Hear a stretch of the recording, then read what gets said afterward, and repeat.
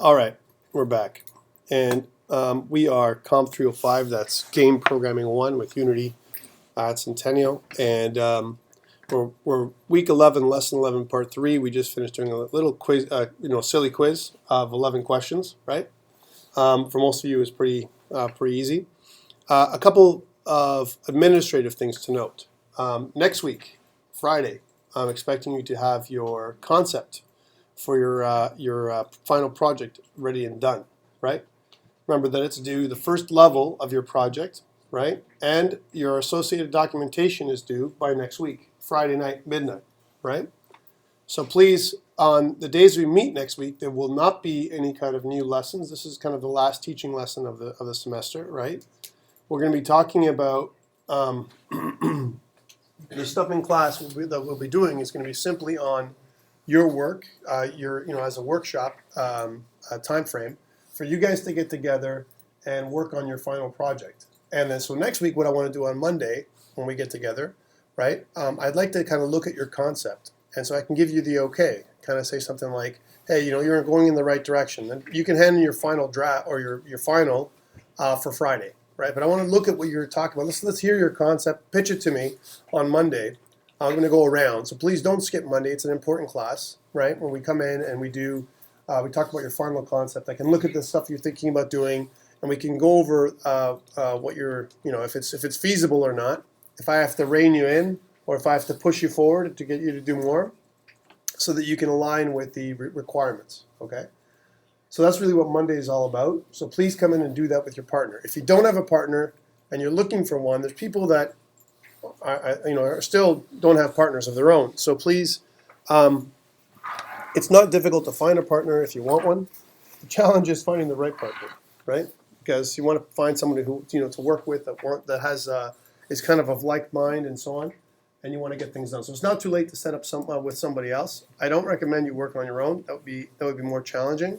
However, I know some people work better alone because of time constraints, other requirements outside of this class, all that kind of stuff. So that's okay. You can certainly do that. And that's why in the project it says you could work alone or with another person. Okay? So again, please, Monday is a very important class. Please come in, show me your stuff, and all that kind of stuff.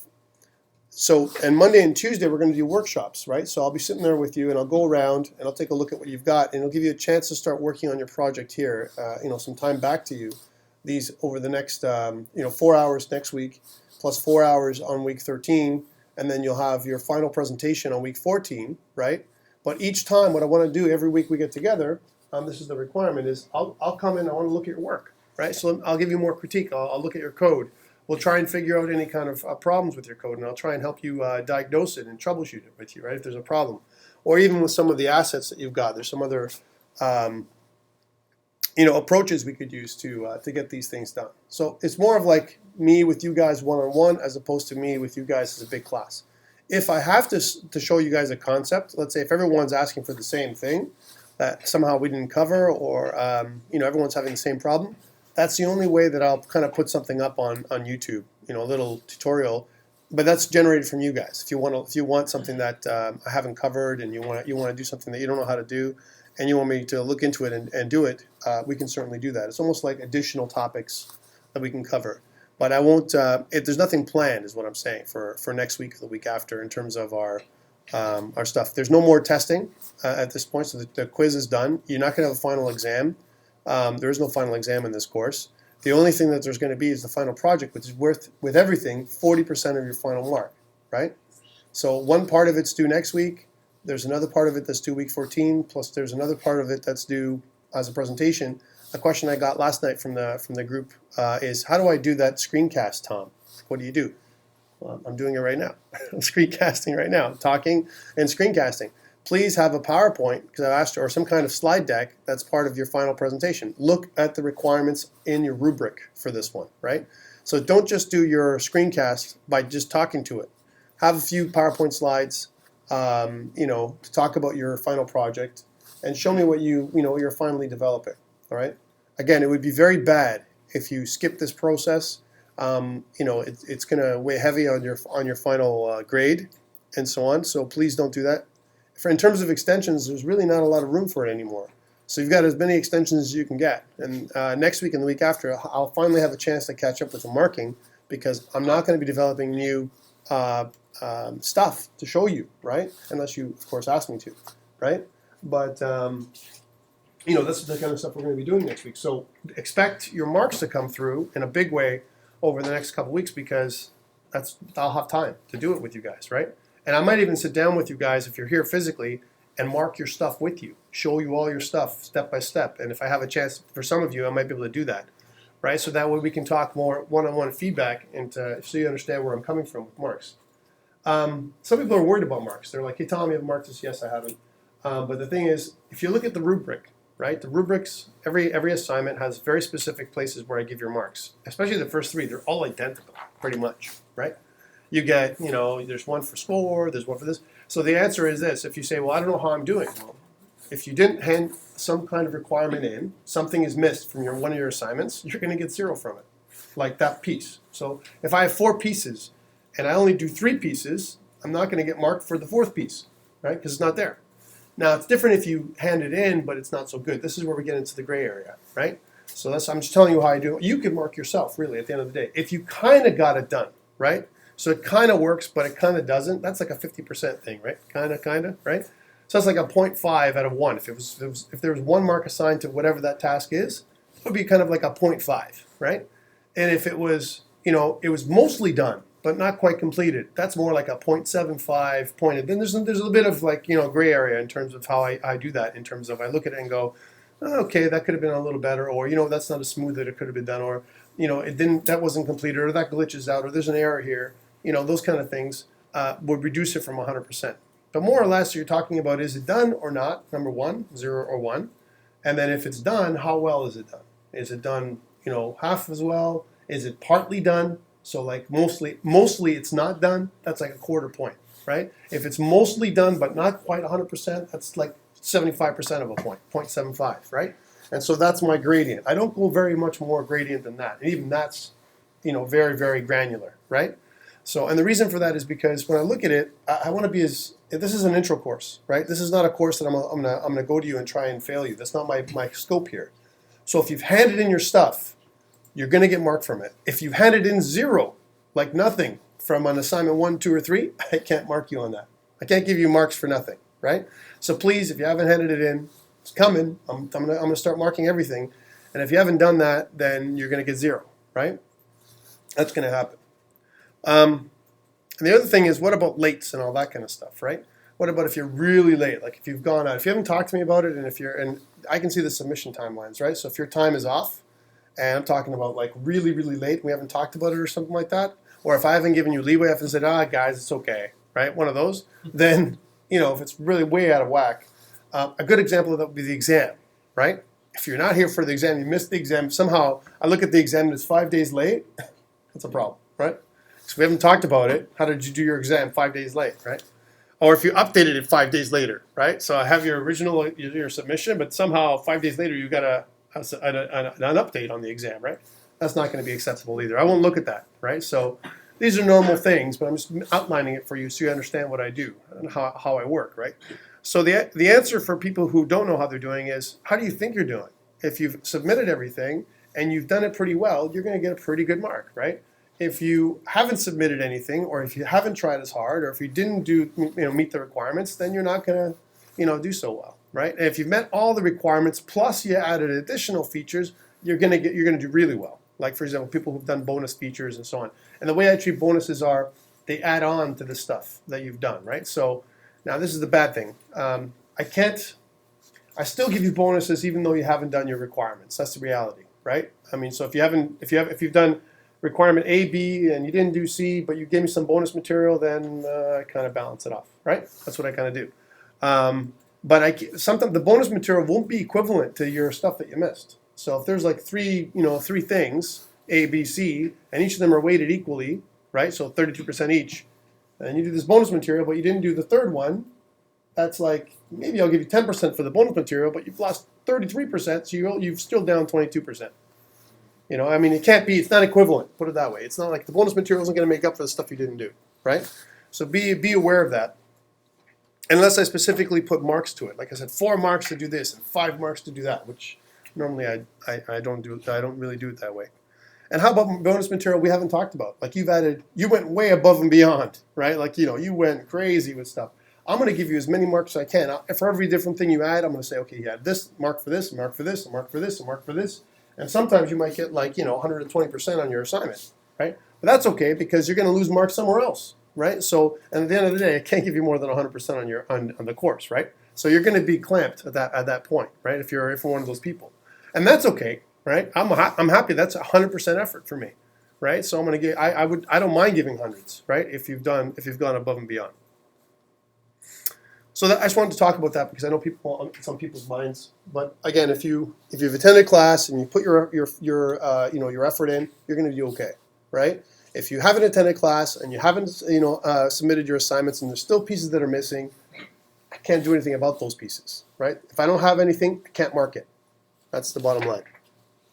That's pretty simple. And and that's how when I talk to my fellow professors, we're all kind of like that in one way or the other. Some people are more strict than others, right? In terms of timelines and everything else. But at the end of the day, if you don't hand something in, you still get 0 for that. And I'm the same as the other people like that, right? If I don't get it, I can't give you marks for something that's not there. The other thing I can't give you marks for is you think you handed it in, right? But I have nothing in your submission. So please check things like, is your GitHub link working? Do you have can I unzip the file? And over the next couple of weeks, I'll know too because I'm going to look at it. And I can't, I'll say, Jonathan, if it was Jonathan's problem, Jonathan, you know what? I can't unzip this bloody file of yours for assignment number 2, right? How come, right? And then Jonathan will say, oh damn, okay, and then he'll try and correct it, and then I'll be able to download and look at Jonathan's file, and it'd be okay afterwards, right? But if I don't get a response from you, or I can't access your information, somehow your links are broken or something, there's nothing much I can do there. At the end of the day, I can only try so hard, and if I don't have them, I wouldn't have had them before either, right? So I'll put the same effort in. So please make sure your links are working, everything is submitted properly, all that kind of stuff, and please don't give me stuff back. Like one of the questions I had was for this one, for the final was like, well, is it okay if I give you my level 3 or my assignment 3? Oh, okay, that's your assignment 3. That's not what the submission requirements are for this concept that's coming up next Friday. That's not. You're not going to meet with that, right? You need to give me your assignment 3 modified to meet your new project, right? Your new project is going to be whatever this new project is going to be, right? Maybe it's going to use essences or pieces, your assets from your assignment 3. Maybe your level design, that kind of thing. Maybe some scripting. But I don't want your assignment 3 again to get marks for your concept. That's not going to cut it, guys. It's got to be, hey, this is my concept. Here's the goal of our new project we're making, right? And this is we took from my assignment 3, my partner and I, and then we've developed this new level from our assignment 3, right? More or less based on the level you made, right? With some minor changes. And here's our concept, here's our external document, and this is what we're going to develop at the end, right? And please don't do this. Don't say, well, you know what? Jonathan and I are working together on the project, and then Jonathan has a level, and I have a level, and we smash them together to make like the first and second levels. No, sorry, that's not going to happen, right? So please don't do that. You might get essences of the other person's first level into the second level that you guys are making together, like some assets, some scripting, but it can't be the other person's second level. It can't be the 2 people's assignment 3 smashed together to give me, the first and second level of your final project. That just doesn't cut it, guys. Sorry, right? And the other thing is, don't try and give me, if you're working alone, assignment 1, 2, and 3, as your package for your final project. Well, you know what? Assignment 1, that's my first level. Assignment 2, that's my second level. Assignment 3, that's my third level. And, here you go, right? And I wrapped it around this other scene as a menu to kind of go between one level and the other. Please don't do that. That would be a big fail. You wouldn't get any marks for that. If I get the stuff back, if you're regurgitating the material back to me, or giving me my material, that's even worse, my material back at me. Hey, Tom, here's your maze. It's your maze, but we're going to use it for assignment 2. No, or part of my level 2. Please don't do that. And don't steal assets from the internet and that kind of stuff, like, in terms of, here's my project. I bought the whole project from the asset store. It's a completed project. I paid $50 for it, and it has your 3 levels, and it meets your requirements. Is that okay? No, it's not okay to buy a project. This is your project. This is the one that you're going to make. right? So, and there's specific requirements that have to be met. And it's easy to see. If I see an asset that doesn't, that you've never done any kind of modeling, but somehow you're producing the Hulk, and he's smashing through buildings and throwing stuff, and it's a whole AAA game. No, I'm going to know it's not yours. And at the end of the day, if it's good enough for the PS4 or the Xbox or the Wii, it's probably not your stuff over these next 4 weeks. It's just impossible, right? So. Unless I've seen that's the progression that I've seen in your work, and most likely for the things I've seen so far, I've never seen that, right? So, just a little bit about assignment 3. So, or final, yes. So, can we actually just use actual assets individually, or do we make the assets from the Blender? So you're asking us if you can make the assets individually, like as in what do you mean, like get them from the asset store individually? Yeah. Yes. Oh, so we can still do that. Yeah, you can still use the asset store. I'm just talking about don't download a whole project from the asset store, because you can do that, right? How about scripting? Someone asked me the other day, from the first class, they said, well, Tom, you said in your assignment details that only 10% of the scripts are allowed. Yes, it's true, unless I approve it, right? So if you're going to use a script from the asset store because you want to do something quick, and guys, let's face it, we only have, we got some quick and dirty stuff in this course. You're going to get some scripting from whatever to make it work with your particular assets. It takes a little bit of adaptation. You're taking a script and adapt it to your purposes. That's okay. But I still want you to note that you got it from the asset store. Like I got the script from the asset store. It makes my prefab do blah, whatever it does, right? That's okay. Please mention where you got it from. Don't just hand it in and this is my script. I wrote it, and no, that's not good. If it's a standard character controller you're using, which is something that sometimes it happens, right? Come on in. If you're using a standard, there's a quiz, right, Jason? Quiz. Yeah. All right. Running late today. Okay, so if you're downloading and installing standard assets, right, and you want to use a standard character controller, you should still mention in your documentation, use the standard character controller in the documentation, right? Again, it's not about making your own assets or about, even writing all your own scripts. It's taking what you've got, modifying the stuff, and adapting it to create a game, right? So you understand the concepts behind everything and to meet my criteria. So I tell you, I want you to hit these targets, 1, 2, 3, 4 of these targets. I want you to have some kind of score. I want you to have obstacles. I want you to have pickups. I want you to all the regular things I talked about. If you can hit all those targets by modifying scripts or whatever that come into you, and you create your own game with assets you download or you modify in Blender, I'm okay with that. But please mention when you got them from. So in your documentation where it says, here's my asset matrix on the bottom, it asks you for that, right? Put in, I got these assets from the asset store. I got this asset from CG Textures. I got this asset from random Googling, whatever.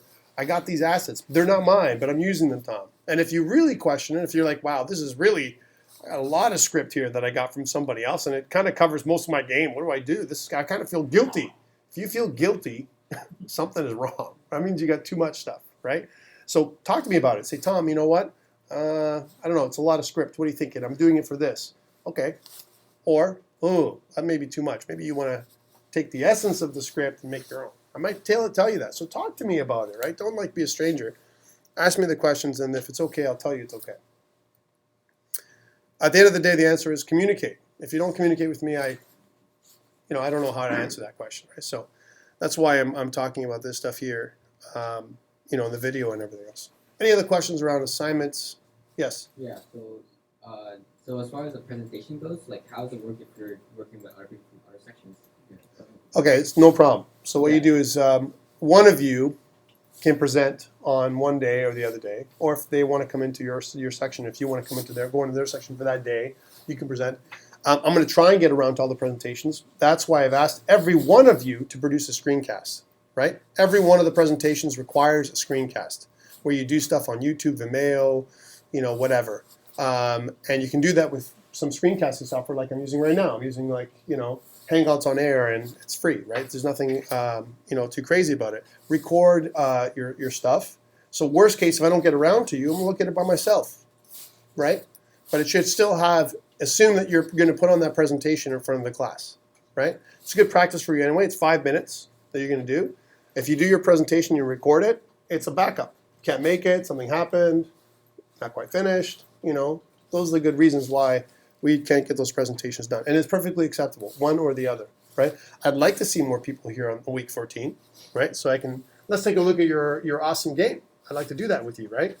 But that may not be possible in terms of time frame because we only have 2 hours per class, right? And also, I'd like to get in some Counter-Strike, on the last day, right? So that would be nice, right? So because of those reasons, those are real important reasons too, right? Counter-Strike. So we can't, so we can't exactly, we may not be able to present everybody. So please screencast your stuff is what I'm saying, right? To make it fun during that last week. Because that last week is going to be like the week before Christmas, right? If you think about it, right? So I want to kind of go out with a bit of a bang and do a little bit of Counter-Strike on the last day, right? So like the day like today would have been a Counter-Strike day. And I know people aren't going to show up because people don't want to do that kind of stuff, but that's okay, right? Does that answer your question? Yes. All right. Sweet. Anyone else have any kind of questions around final project?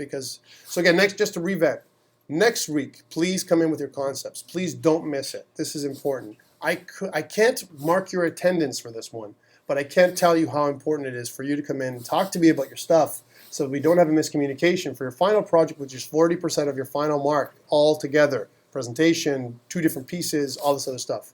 It's just, there's too many good reasons. There's 40% of the reasons for you to come in, right? Okay, let's get to this piece now, a little bit. I want to start off a short project here that I'm going to call my enemy demo for section 2. I'm also going to kick off when I kick this project off here, I'm also going to make a GitHub repo, which we'll do in a second. And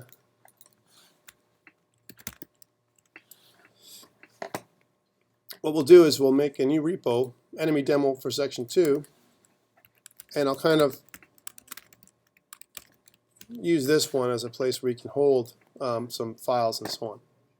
So again, how do we do that? And some of the questions that I had were, how do I combine things in on GitHub? How do I work with GitHub on this kind of stuff? Well, first thing is you have to kind of initialize a repository. So I'm going to kind of go to CD enemy demo section 2. Same thing would be in the PC. And then I'll say git init, and then git add dot to add everything, and then git commit -m for message, initial commit. I've shown you this, guys, a bunch of times now, so you guys should see the same patterns. I'm not doing anything differently. Then I'm going to take this remote script here, which is just adding a remote to the terminal, and enter. That adds the remote on GitHub. Remember, there's 2 parts of the repository. One that's local to your system, your local repo, and then the cloud repo, right? And all you're doing is linking one to the other, right? And I'm going to git push -u for unconditional origin master. And what that's going to do is going to push all my files up to GitHub. And right now it's very small. If I refresh, then I get this, right? So some small project. Well, we need to add some stuff here because our project requires a little bit of structure. So even this little project we're doing right now requires structure. And I'm going to go into my FPS layout. That's my standard FPS layout that I've been using. And again, you can set up yours to look similar to mine. In my assets, I need to create some standard things here. And I'm going to make a prefabs folder. I'm going to make a models folder for us. Why not? We may have some models in there. A materials folder. And I'm also going to put in a textures folder. So all the regular stuff. And of course, a couple more, the scenes folder with an underscore. So it's at the top. Also, our scripts folder. These are all things you should add in immediately when you make your project. And we're going to add in some standard materials, but we're going to add them in the underscore standard assets folder, or imported assets, you can call them, whatever, so that they go at the top as well. So they swim at the top, so that way I don't have to deal with them down here. This is all my stuff. I want the standard assets or whatever to be swimming somewhere else, right? So what are these standard assets things that I'm talking about to speed up our production for today? right? I'm going to go into my assets. I'm going to go into import package, right? I'm going to go into prototyping. So I've clicked on prototyping this time around. And it's going to ask me to import this stuff. It also gives me my cross-platform input and so on, and a bunch of other things. I'm going to say import. And standard assets, right? Let me also import from my standard assets my characters, right? Because I need that too. In yesterday's class, I kind of put it one at a time. I'll just put them all in for now, just to make sure that we have all of them, because I'm going to demonstrate a couple of them, right? We haven't talked about.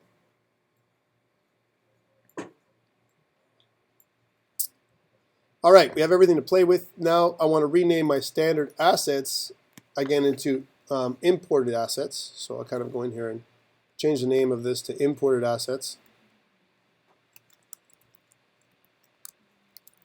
And all I'm trying to do here is separate them. Imported assets. I'm trying to separate them so that there are they don't appear in the same location. They're way at the top, so I don't have to touch them anymore. I'm going to go there frequently, but I want my assets, my stuff, to be separate from them. Okay. So what's in this imported assets folder now? I've got characters, my cross-platform input. I got my editor, which I don't want to touch. Physics materials, prototyping, and utility.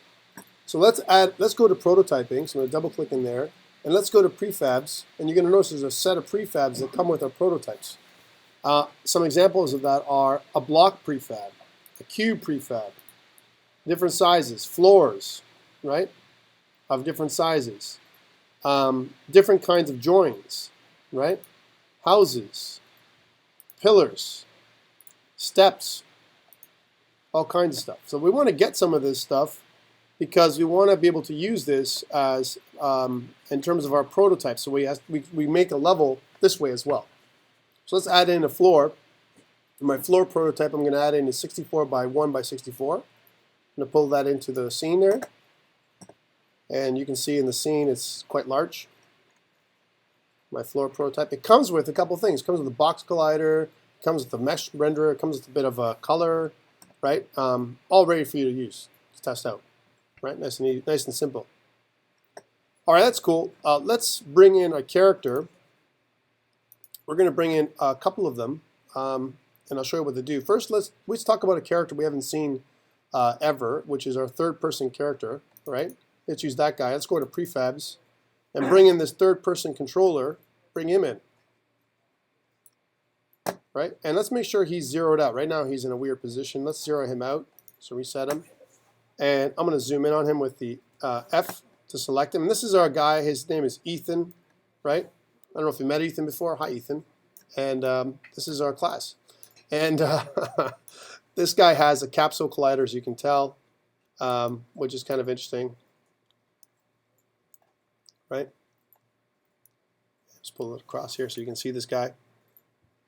Notice that our camera is way back here. So I see Ethan, but he's way far away, right? Because our camera is kind of off to the side, right? Show you what I'm talking about here, right? Our camera is way over here, right? What I want to do at least is bring it way closer so I can see what Ethan's doing, right?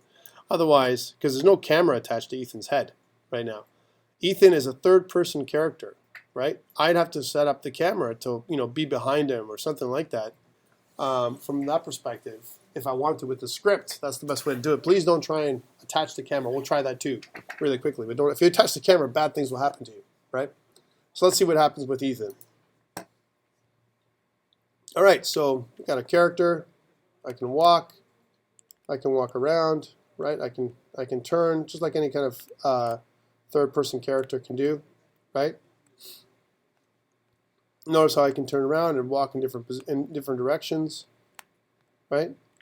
No matter why I turn or walk, he's got his walk cycle, and all this thing is a rig, right? This is pre-rigged and rigged up for you to move with. It's got, if you notice, some idle animation in here to make him, even in idle form, he moves around, right? That's all been preset up for you, right?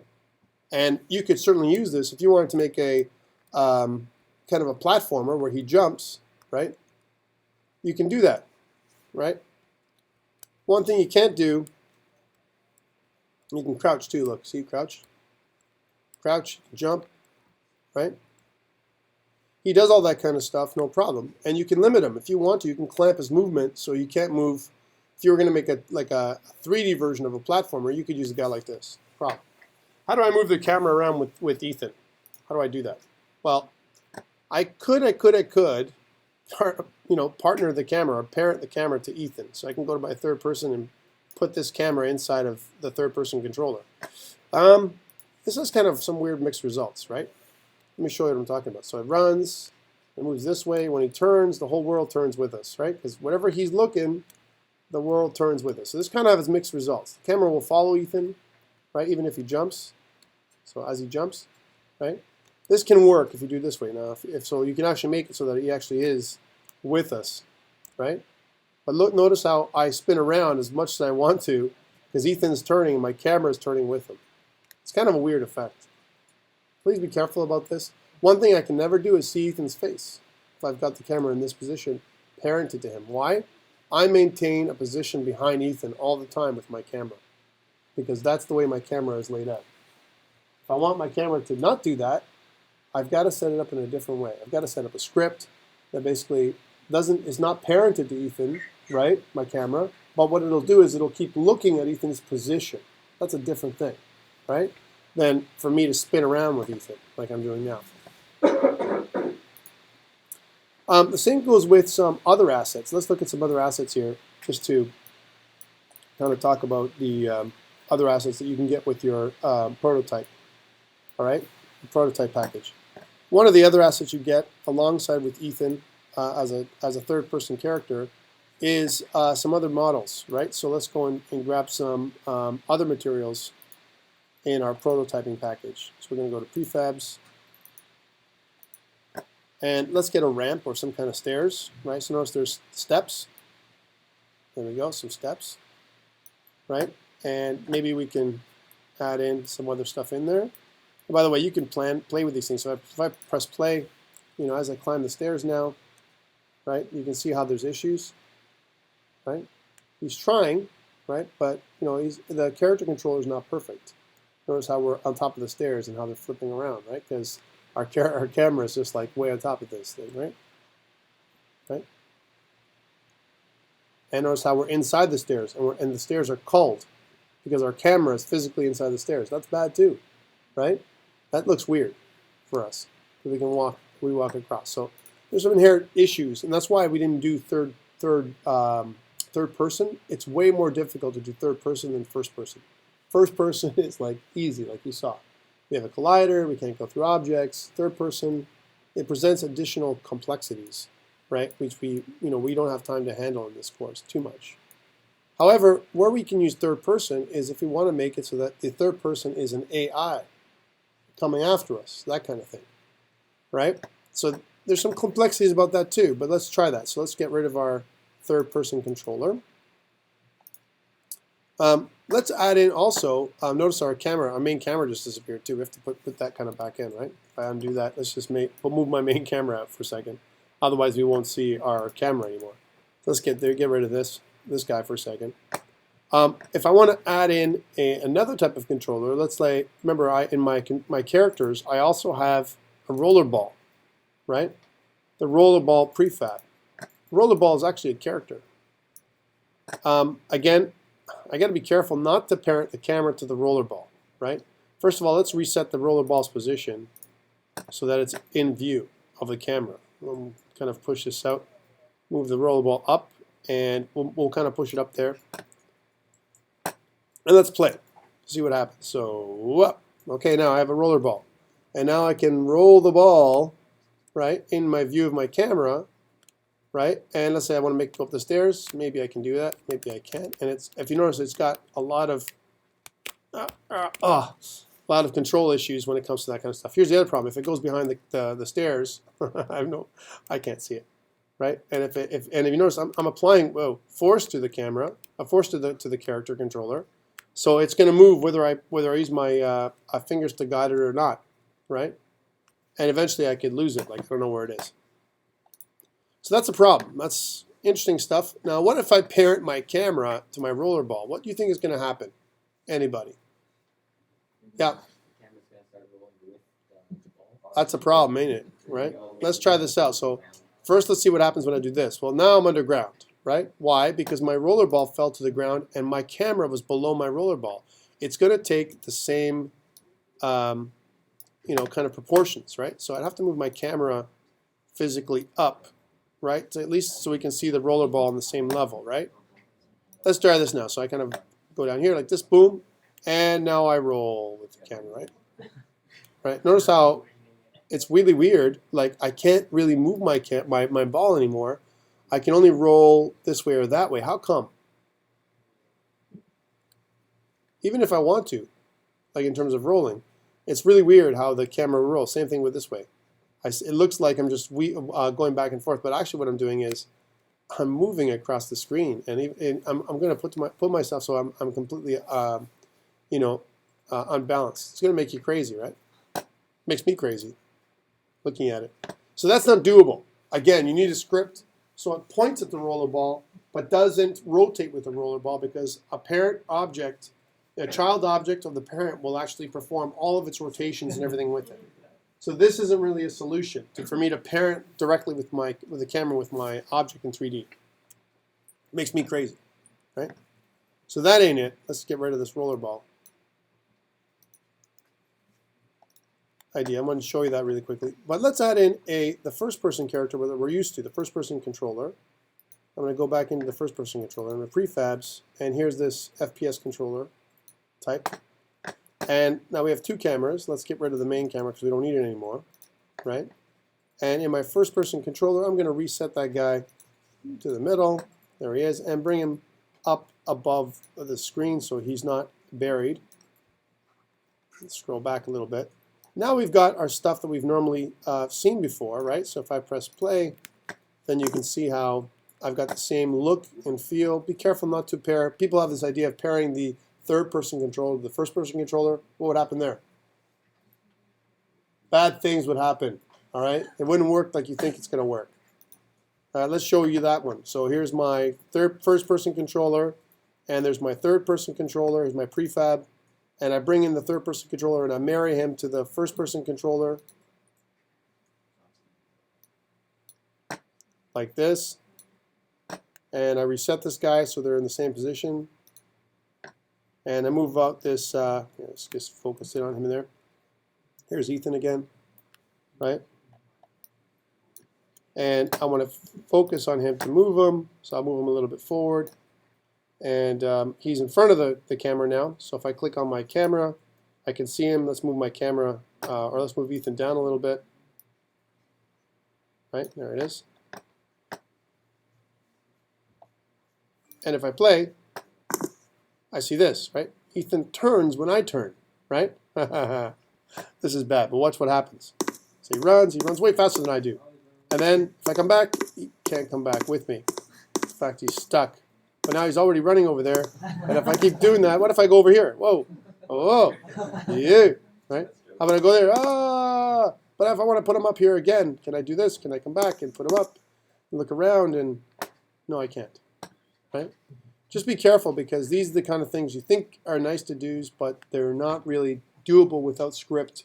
Scripts are the way we're going to do this. We can accomplish these things by distance and everything else from the camera and make them turn and everything according to our scripts, okay, not our with our third-person controller. That would be bad. Let's get rid of this guy. All right, so how do we make it so that an AI, a third-person controller that's an AI, can come into play? Well, this is kind of interesting. This is one solution, but you're going to have to replace Ethan with something else. Please don't use Ethan in your scene, like as your final character. That would be bad. Right? First of all, he's got no texturing whatsoever. I mean, he's okay and everything else, but let's take a look at this AI third-person controller. So put him in our scene. There's my AI, right? And now there's some pieces of him that need to be filled out when you have an AI third-person controller like this. One thing to note is you have something called a nav mesh agent. Oh, A nav mesh, right? What is a nav mesh? Well, I don't have a nav mesh here in my game. A nav mesh is a navigational path that my my enemy AI will take, almost like a walking path. And I can set up a place where he's going to go, a direction or a destination. First of all, we have some work to do in order for us to set this up. One is we want to set up our nav mesh here on our plane, this plane somehow. Right? How do I do that? And what is a nav mesh so you can see it? Well, one is if I click on my plane, that's got to be active. Nav mesh. Okay, it's a little bit of an advanced topic, but I was asked to do it yesterday. Okay, on the left, on the right, where it says static, this is the first time we're going to use our static property up here. Under static, notice that it says nothing. We want to change this to navigation static. Okay.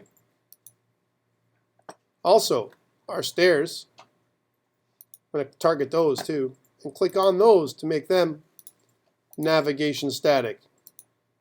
Okay. There we go, navigation static. Now we're going to click on the bottom, our plane again. And we need to access the navigation window in order for us to add a nav mesh. So we're going to go to Window, and we're going to go down to where it says Navigation. It's going to set up another window. I've just plopped it here next to the inspector. Notice how in the navigation, let's look at navigation for a second. Don't worry about this piece. In our object, there's three little buttons here. Object, Bake, and Areas, right? In Object, it looks at the scene filter and filters everything from only the mesh renderers in the scene, for example, our steps and our floor, the terrain if we have any, and so on. Okay, if I click on mesh renderers, right, notice on the bottom when I click on my plane here, right, on my plane, I'm clicking on my plane, the navigational area says walkable, right? Walkable means by default that you can walk there, right? There's also not walkable or jump. Let's use walkable, and you can add your own. Let's use walkable for now. So walkable means I can get here. Here, let's say on the stairs, this guy can't climb stairs. He's a zombie, right? Or he's a zombie that's really dumb, right? So he's not going to walk on the stairs. Not walkable, right? Okay, cool. So I arrange this thing in my first button here, Object. Now let's go to Areas. We'll go back to Bake in a second. Here are the areas. You can set up different areas. Take a look at what the different costs are. So right now, walkable is a cost of 1, which means it's the least cost. The least path for me to walk on would be in a walkable path. What about if I made another path, like something that takes more, it would take more effort. For example, something like mud, a mud path. Maybe a mud path is going to have, as an example, a cost of 3.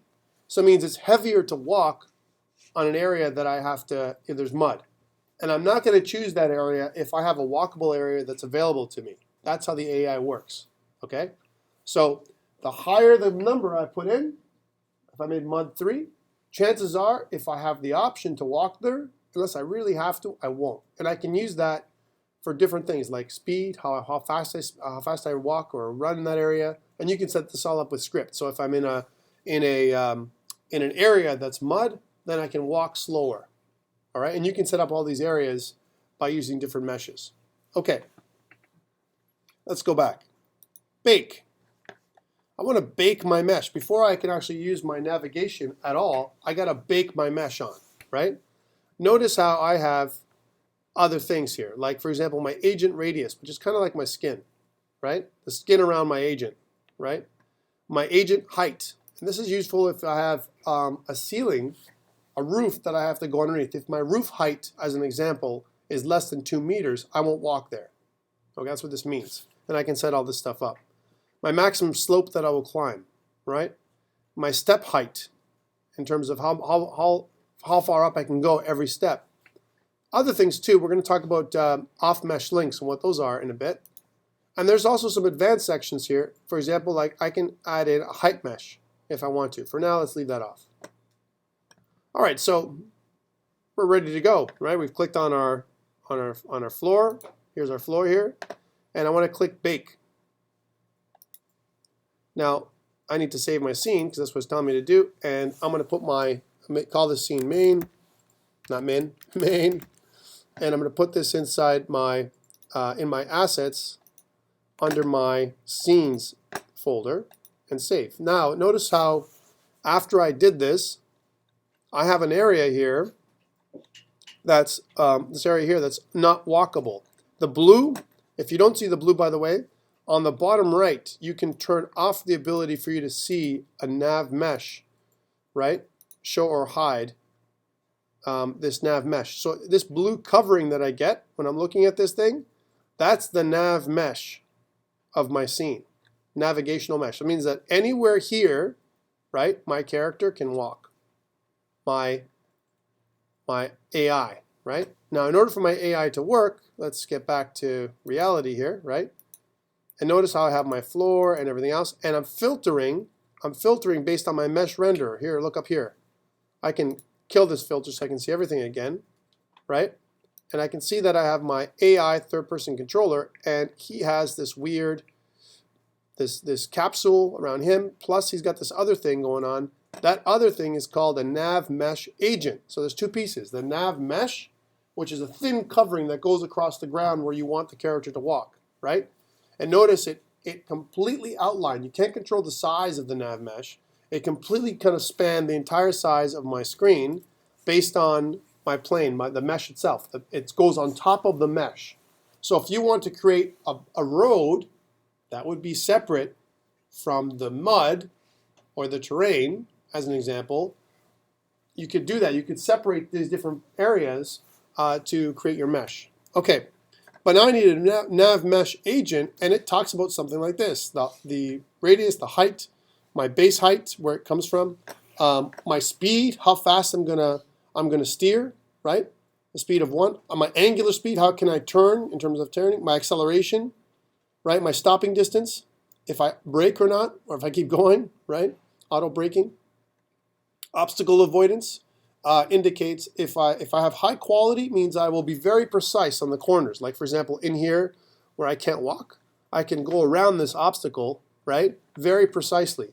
And I can also go to low quality, which is more performant, right, so more efficient, but it won't be as high quality, it won't be as precise as it goes around the corner. So I might skip through the corner, as an example, when I walk, if I'm an AI. All right, pathfinding. I can auto-traverse off-mesh links, or I can put them on. And we'll talk about what off-mesh links are. And auto-repath if I have to get back on the path. All right, so this is good. I need a script in order for me. This is the third part. So one part, nav mesh. Second part, nav mesh agent. Third part, I need a script. Here's the script that comes with Ethan, right? This AI character. Let's take a look at it. All right, I need to declare this public nav mesh agent, right, with some getters and setters, the basic getters and setters here. That's what these things are, right? I also need to kind of indicate the third-person controller that's attached to it. I don't have to do this. They've done this here. I definitely need to transform for the target. I need to know what my target is. Where am I going, right?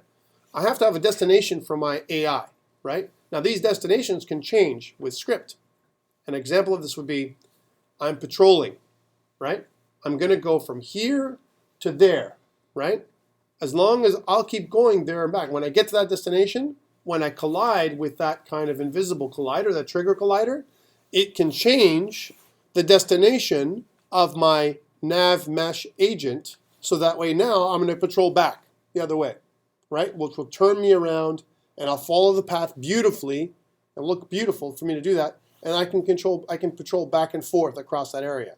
However, if the distance between me and the character is a certain distance, then I can turn to face the character and I can go after him, right? Because I've seen him. I can also have a line of sight raycast. So if my character comes into my line of sight, I see him, I can change my mode from patrolling, going from one place to the other, to following or to attacking, whatever I want to do. And when I attack, I can also change my animation state using Mechanim. I can have an animation state that's attacking, and I can use that animation state when I'm close to the character. All right?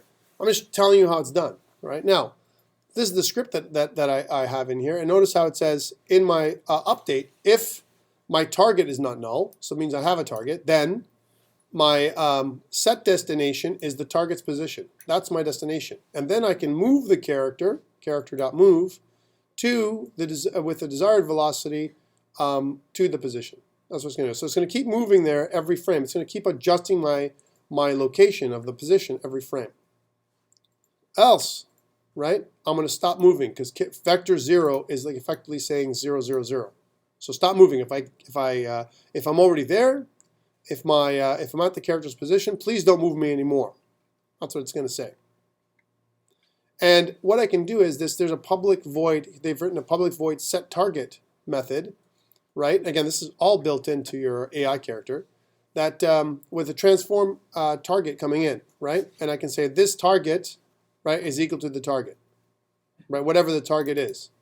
So I can change my target by using the set target method. So now imagine I'm patrolling, and I can use the set target public method to change my target somewhere else. So now I'm patrolling back. I'm now moving back the other way, and I can use these methods inside my my character script, which is this AI character controller. I can use this so I can patrol back and forth. I can go back to back. I can change. I can do all kinds of stuff like this.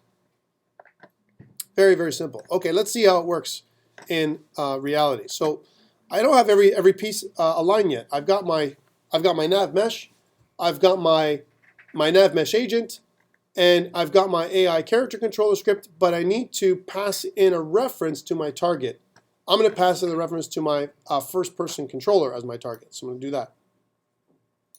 Okay, be aware that this guy's going to move at me pretty darn quick, right?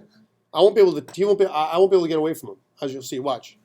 So if I press play, then it's going to move at me. Whoa, right? Okay, get away, get away. Don't touch me. Right? No matter where I turn, there's Ethan. Even if I fall off the edge of the world, he's going to stop. How come he stopped? Because it's non-walkable off of the stage, right? That stage that I created, there's an area around it that's non-walkable. It's black, right? He won't go off that platform, right? So kind of very kind of simple there. A simple way to do things. Let's do one more test here. So he's going too fast. How do I slow him down, right? How do I slow him down? It's tough, right? But if I look at him, he's got his. He won't. I'll show you that in a second. But let's slow him down first because I can't even get there. So let's go down to the move speed multiplier. Move speed multiplier. The way this third-person character controller works is he runs according to his animation. So his animation step, his step that he's got in terms of his animation sequence, right? His run or walk or whatever it is. It's depending on how fast he is, how fast he's moving, is how fast his animation is going to go. So I can reduce this his move speed by cutting it in, let's say half. So let's go 0.5. Same thing with his animation multiplier. I'll move this to 0.5. Let's see if that works. And I will try it again. See how fast he works towards me. So now he moves a little bit slower, but now he's like slow-mo. Like I don't want slow-mo characters running after me. So that ain't it. So his animation speed is good. His jump power and everything else is here as well. Where else could it possibly be? Here's my capsule collider. Can't be there, so let's just minimize these. My rigid body's not there. And here's my steering speed. My steering speed. This is how fast he moves, right? But this also is a factor of other things. Let's move this to 0.5 and see what that does for us. So steering speed, right? And let's see now. Yes, right? So he'll walk towards me because my speed is slow enough where I'm going to go on the stairs for you to see what happens. Now he can't go on the stairs, but he's going to try and get as close to me as possible, and he'll keep on hitting this area until he can't get on there, right? Make sense? So these are all things that we can do. This is a very simple AI. If he touches you, you die, right? Or take points, whatever you want, right? There is no zombie AI or anything like that I have in here. I have downloaded a zombie AI, right? But that is for a topic of another day. Because I'll be honest with you, this is not, if I move him down, like let's say if I move him down here, right? He'll try to get to me, and if he gets closer, he'll stop. Now he's close enough where he's trying to get to me still. But if I move back a little bit, He'll try and continue to move towards me until he's close enough to me, even on the stairs, where he can go there. If I make an area that the stairs are available, let's try this out. So I add another, I made my nav mesh. That's bad. I baked it already, and I want to add another object. So let's go, if I go back to, open this up here a little bit, and I go to imported assets, and I go to prototyping, and let's add in another prefab that's a ramp, right? So there's a ramp prefab. There it is. So there's two. There's a ramp, right? And there's stairs. Okay. Let's see if the ramp, make sure the ramp is not floating up in space. No, it's not. It's good. So here's the ramp, and here's stairs as an example. And I haven't mentioned anything about this. One thing I should pretty much do is change to see what kind of stuff it is. Notice that it's everything, right? So I'm going to click on nothing, and I'm only going to click navigation static. That's what we're going to click on this thing. I'm going to click back to this piece here and go back to my navigation, and notice how the mesh, right, doesn't include this little ramp. What do I need to do with my mesh again? I need to clear the mesh, clear the navigation mesh, and rebake it. When I bake it, it's permanently set. When I add new materials, it doesn't automatically wrap around them. I gotta rebake it again. So I'm gonna say this material here now, we're gonna make it walkable, right? This is okay to walk on here. So now he's gonna be able to go there, right? Let's bake it now, right? So click on here and bake. And now you notice there's a bit of a walkable area, and there's some areas here that are not walkable. Notice if I want to, if I scroll in, can I, and this is the question I got as well, can I physically modify this mesh? Can I go through here? Is it something that I can go and click and move? The answer is no. The way to do that is if you go to bake, and again there's the agent radius and my agent height and so on, and there's some advanced settings here as well in terms of minimum region area and all that kind of stuff. It won't bake in an area that's less than that. There's also, I can look at areas and I can assign different areas like mud or whatever. And if we want to, we can make it so that this area here is mud. It's not walkable, right? Not walkable is a kind of a built-in, right? It's just an area that is not desirable, right? Like a ramp. So we can change that about our area. So let's go back up, and we'll go back to our navigation mesh, and we'll clear it. And we'll click this area here, and we'll choose our object, which we're choosing, right? Right now it's walkable. We can change this to mud, right? So it's the walkable area has a different factor. It's not the same factor as the other one, right? Let's see how it paints it this time. So here like this, go to bake, and click on bake. Notice how it makes it, but there's a different color, right? To this area because there's a different cost to it.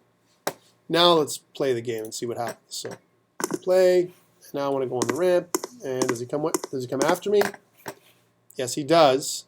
And he doesn't know what to do, so he's like flying. He's like, whoa, because we haven't baked in what we do with mud, right? He's here with me. It's almost like he's jumping, right? Because he doesn't know what to do. The animation doesn't know what to do with this area, so it's going to do whatever it can, and he's actually stuck there now. Bye. I've stuck him there, right? He can't do anything because he doesn't know what to do, right?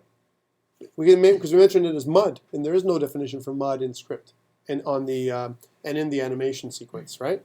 Now, if I was to make this jump, so let's undo this one more time. So I clear this up, and I change this area from mud to jump, which is defined, right? Let's see if he's got a definition for jump in there. I go here and bake my animation mesh. Again, I see a different color. I play this area here, and I walk right up here, and let's see what he does. Does he do that funny thing again? He does. Yeah, yeah, baby. He's not going to be able to do anything there, and he can't chase me down because he's like caught in the matrix. He's caught, right? Again, if I make this area from jump to walkable, right? Notice it doesn't change color because I got to rebake the nav mesh, right? So I got to clear this off, put it down here again, and rebake it. And notice now it's blue, or this green area, because blue and yellow makes green. So if I go to here and I climb up it now, he's going to be able to climb up there because it's a walkable area. Oh, what happened to him? How come he's going up there? It's a ramp, and it's a certain angle, more than 45 degrees probably, that's causing him to have a problem. So either way, Nathan's having issues with this one, or Ethan, right? He's able to go there, but we have problems. All right. How long have we gone so far? We've gone pretty long. The reason why I'm mentioning it is because I want to take a short break, and when we come back, 5 minutes, let's go do a washroom break or whatever. When we come back, I'm going to show you how to do that with our own items. We're going to do it with a block, and it's going to follow us around. We're going to use some other ways of doing it. Okay? So let's just stop recording for now, and we'll come back in 5.